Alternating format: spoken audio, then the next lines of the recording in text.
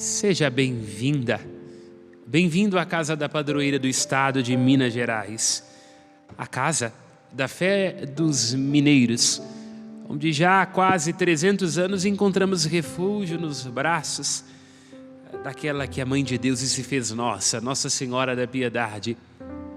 Desejo que o Espírito Santo, que é Pai dos pobres, consolo que acalma, hóspede da alma, chegue nessa hora no seu coração. Entre como uma brisa suave, devolvendo-te a paz e a tranquilidade. Vamos juntos nos encontrar com o Espírito Santo, que foi enviado como Paráclito, como advogado. A promessa antiga aos profetas, promessa de Jesus Cristo. Este Espírito que nos conhece, que sonda as nossas profundezas, nos irá conduzir nesta grande dança, nesta dança que é a meditação da Palavra de Deus. Acalme seu coração, escolha bem o lugar, tome nas mãos a Bíblia. Vamos juntos fazer a Léxio Divina, hoje do 10º domingo do tempo comum. Que alegria podermos estar juntos. O ciclo do tempo comum nos ajuda a perceber que o anúncio que toda a igreja faz no cotidiano, no ordinário da vida, lá onde é preciso amar, e amor é obediência cotidiana, diária. Amor é permanência mesmo com as interdições da rotina. É preciso que nesse cotidiano, nesse dia a dia, ressoe a alegria da Páscoa. Nós cantamos lá atrás, mais de 50 dias lá atrás, no domingo de Páscoa, a sequência onde lá está dito, se pergunta: Maria, o que viste? E Maria Madalena, que é a apóstola apostolorum, isto é, a apóstola dos apóstolos, é ela a grande missionária que vai comunicar aos apóstolos a novidade da ressurreição. Ela diz na sequência: Precedes suos in Galileia. O Cristo disse que vai preceder os seus na Galileia. Por que a Galileia é tão importante para compreendermos a ressurreição e o tempo comum? Porque os discípulos têm que voltar à Galileia, porque a Galileia é o ponto de partida, o mar da Galileia, onde tudo começou.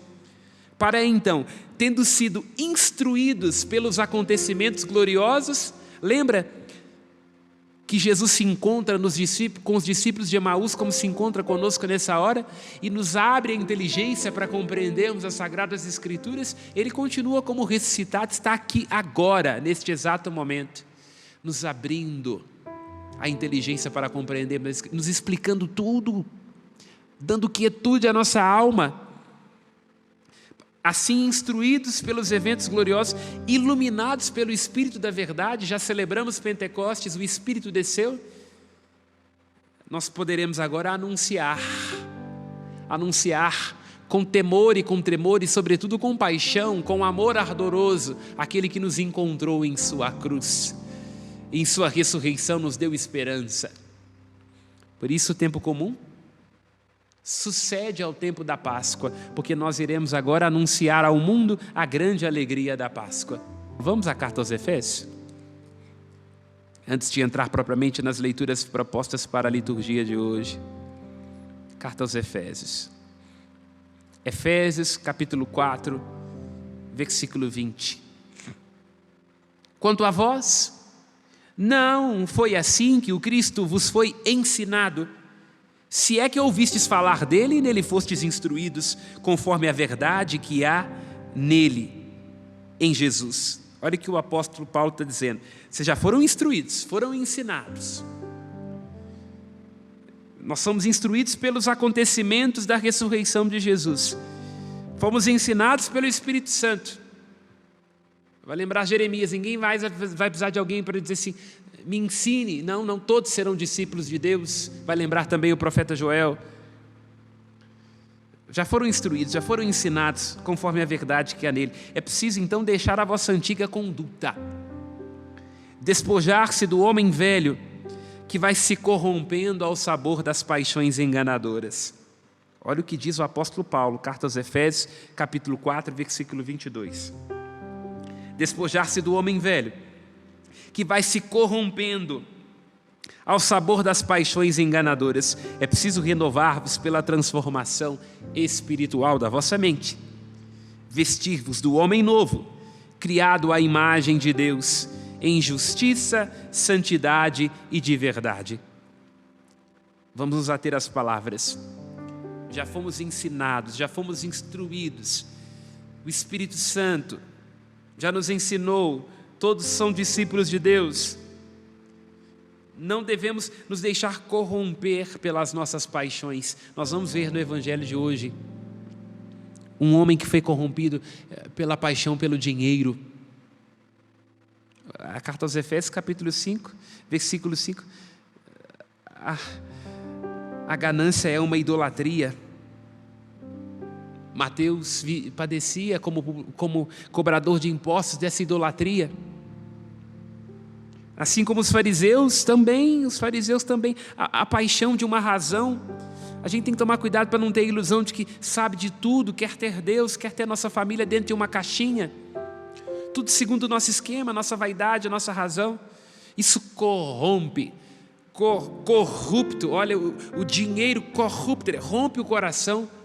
A soberba pode corromper um casamento, divide o amor seca. Não sejamos corrompidos, mas vamos renovar a nossa mentalidade. Vamos ao grego, arrependei-vos, metanoiete, metanus, mudança de mentalidade, é isso, mudar a mentalidade, arrepender-se, para viver em justiça, viver como quem pode estar diante de Deus, com tranquilidade e com paz, em santidade, separados para Deus, somos feitos para Ele. E segundo a verdade, não nascemos para mentiras, nós contamos muitas mentiras a nós mesmos, somos ensurdecidos por nossas falsas e pretensas palavras, julgamentos, vaidades e ilusões. Isso nos corrompe. Não, nós somos feitos para a verdade. E Jesus que anda conosco no tempo comum é caminho, é verdade, é vida que vence a morte. Os fariseus, vamos ao Evangelho, capítulo 9, o Evangelho de hoje proposto, 10º domingo do tempo comum, capítulo 9 do Evangelho de Mateus. Os fariseus eram homens de paixão. A razão é uma paixão, faz parte das vísceras, vai lembrar Nietzsche em Zaratustra. Tem gente que acha às vezes a gente acha que está sendo racional, mas na verdade estamos sendo apaixonados. Estamos decidindo não conforme a razão, mas conforme o estômago. Os fariseus, apaixonados por si mesmos, hipócritas, vítimas de si, praticavam um culto exterior. Olha para você ver que coisa interessante, hein? Numa paixão que não é sadia, sempre há um divórcio. A paixão corrompe, ela rompe. Os fariseus apaixonados por si mesmo, como nós às vezes somos ciosos de nós. Diziam uma coisa e faziam outra. Há um divórcio entre aquilo que eles dizem da palavra, os mandamentos, os 613 preceitos, Shema Israel, Adonai Eloheinu, e repete, mas que não tem penetração no coração, entende? Aí nós vamos entender a primeira leitura que é proposta para hoje. Oséias, os profetas querem despertar-nos de nossas paixões. A primeira leitura do dia de hoje, Oséias diz no versículo 6, eu não quero paixão, está dizendo Deus, eu quero amor e não sacrifícios. Conhecimento de Deus eu quero mais do que holocaustos. É o amor que eu desejo, não o sacrifício ritual. É o conhecimento mais do que os holocaustos. Olha o que Oséias vai dizer no versículo 3 da primeira leitura, que nós temos como proposta para hoje. Persigamos o conhecimento do Senhor. Olha que crítica. Como a aurora certa é a sua manifestação, ele virá a nós como a primeira chuva, como a chuva tardia que irriga a terra. Quer dizer, o Senhor vem, Ele se oferece. Mas como é que nós nos comportamos? Olha o versículo 4. O vosso amor, está dizendo Oséias a cada um de nós, é como a nuvem da manhã e como o orvalho que cedo desaparece. Olha, paixão, ilusão, momento, quando nós estamos apaixonados, nós chamamos momentos passageiros de certeza. Vendemos, entregamos, nos prostituímos, nos adulteramos. Oséias está dizendo, isso que vocês têm, essa paixão, é como a nuvem da manhã, como o orvalho que cedo desaparece, é rápido, é fogo de palha. Esse povo me honra com os lábios, vai dizer o profeta Isaías, mas seu coração está longe de mim. Dizem uma coisa, fazem outra, são sepulcros caiados. Isso não me interessa, pois é amor. O amor que não passa, que tem o privilégio de permanecer. O amor que é paciente, que é magnânimo. O amor que se envolve é o que eu quero, e não sacrifício ritual. Lá em Oséias, o que eu quero? Oséias 6, versículo 6, é amor o que eu desejo e não simples sacrifício, exterioridade. Conhecimento mais do que holocaustos. Deus quer que todos se salvem e cheguem ao conhecimento da verdade. Ao conhecimento da verdade. Em Cristo, vai lembrar o apóstolo Paulo, vamos a Efésios agora. Efésios capítulo 1, versículo 4. Em Cristo Deus nos escolheu, já bem antes de o mundo ser criado, para que fôssemos perante a sua face, sem mácula e santificados pelo amor. Entende isso?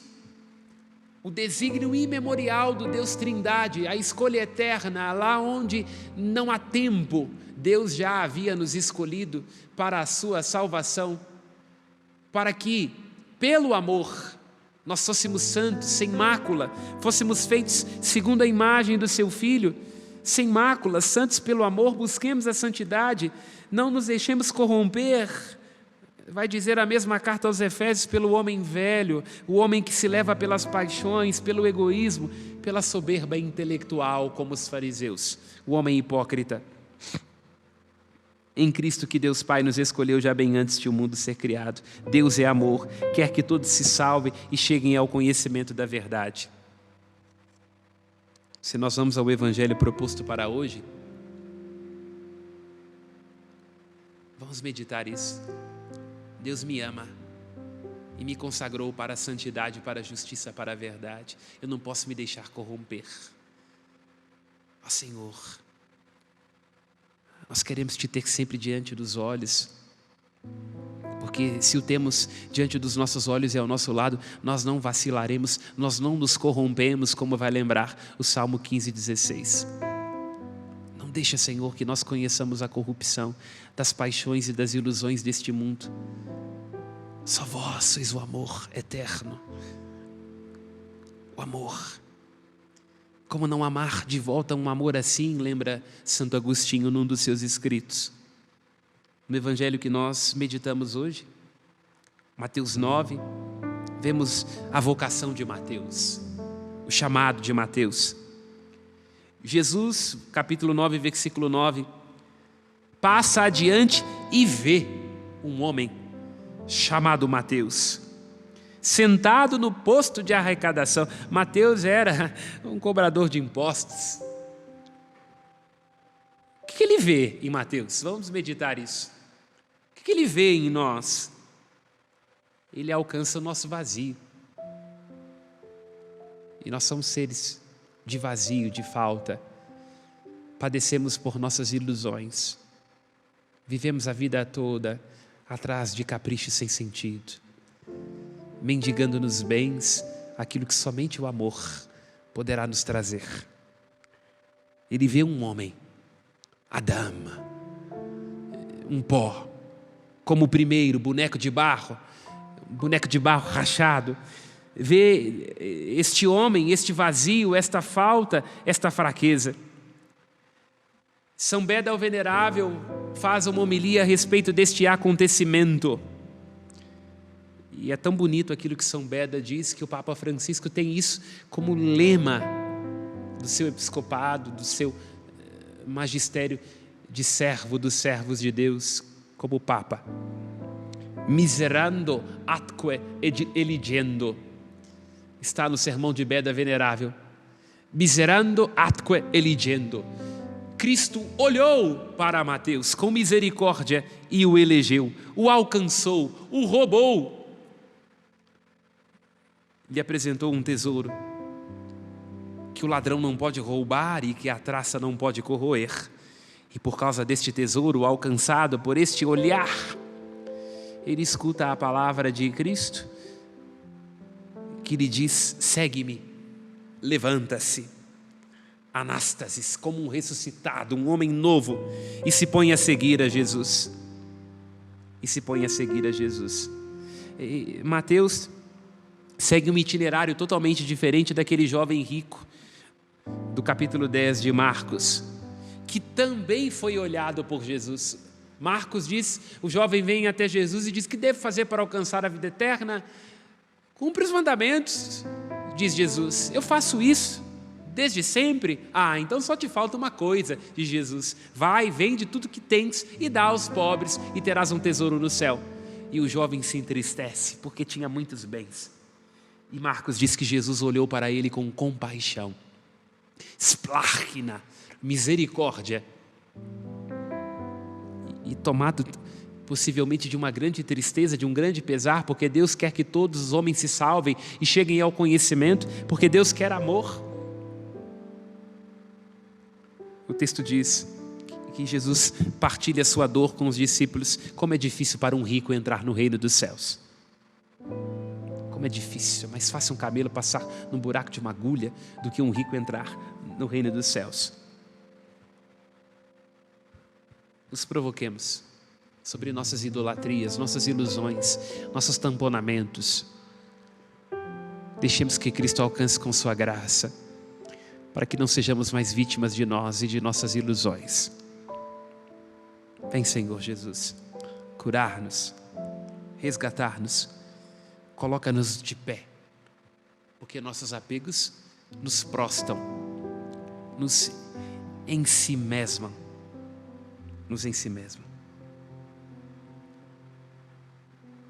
Eu quero misericórdia, vai dizer Jesus, no versículo 13. Quando questionado pelos mestres, como é que você pode comer com os publicanos e pecadores? Jesus disse, não são os sãos que precisam de médico, mas os doentes. Ide, pois, e aprendei, e recebei este conhecimento, que significa: eu quero misericórdia e não sacrifícios. Eu quero misericórdia, eu quero amor, hesed, compaixão, mais do que sacrifício. Ele é o primeiro a fazer isso, né? Deus é o primeiro que, não tendo outra coisa que dar, deu-se a si mesmo. A encarnação de Jesus é um ato profundo da misericórdia de Deus. Não se apega à sua condição divina, mas kenosen, esvazia-se de sua glória, assumindo nossa condição para olhar-nos com o olhar humano, a partir do nosso lugar humano, como criatura frágil, se faz boneco de barro, é pastor que vem atrás do olhar da ovelha que perdeu no jardim. Os fariseus não compreendem isso.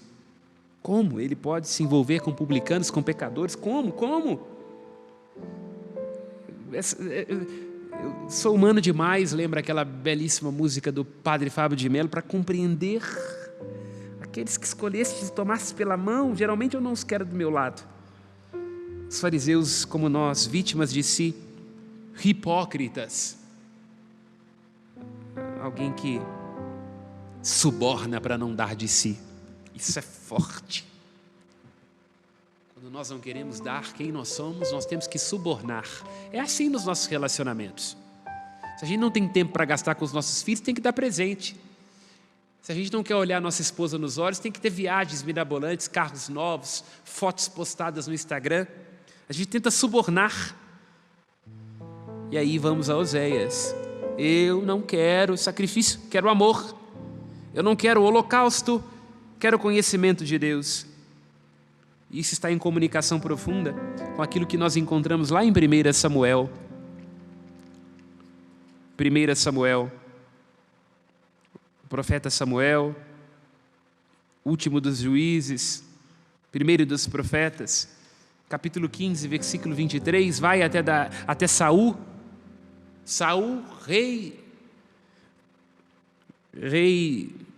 do povo, dissimula a própria hipocrisia, a própria avareza, diz que conservou alguns bois e carneiros para oferecer ao Senhor em sacrifício.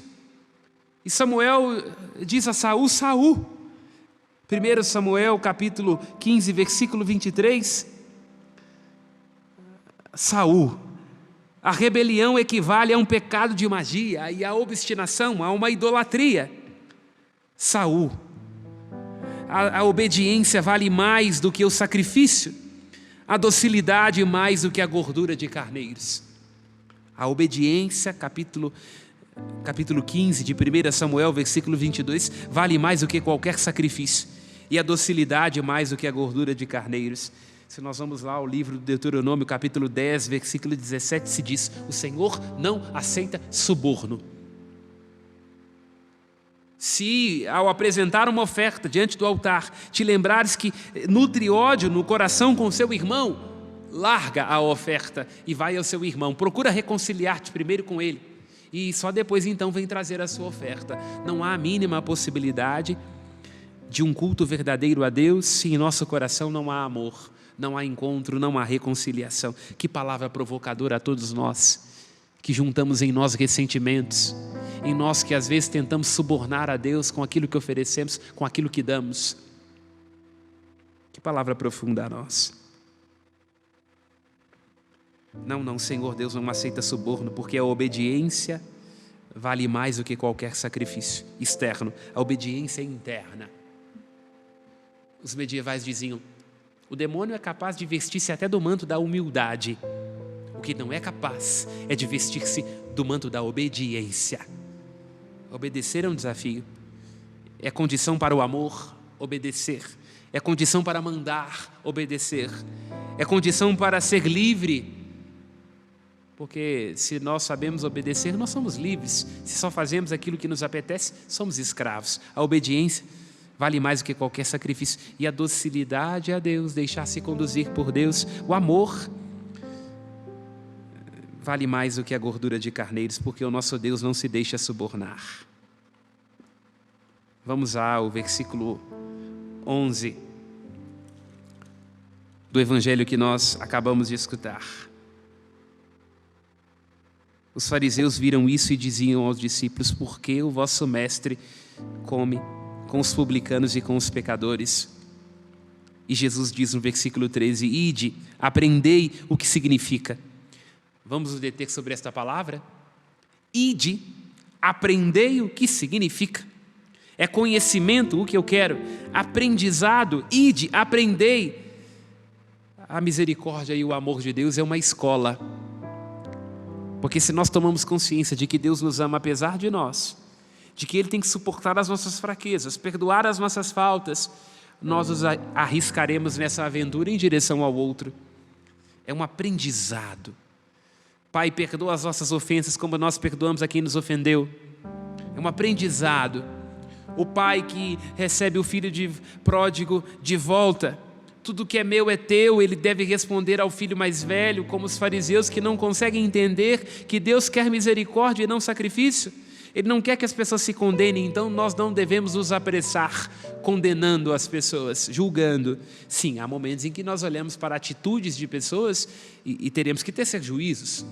Há momentos em que teremos que nos afastar de pessoas que podem nos corromper, mas sempre deixando espaço para a misericórdia, para a compreensão, vibrando de alegria, esperando o dia em que esse irmão que nos desafia e que nos provoca, que essa irmã que é uma pedra no nosso sapato poderá voltar para casa, reconciliada com Deus e com a sua graça. É misericórdia que eu quero e não sacrifício.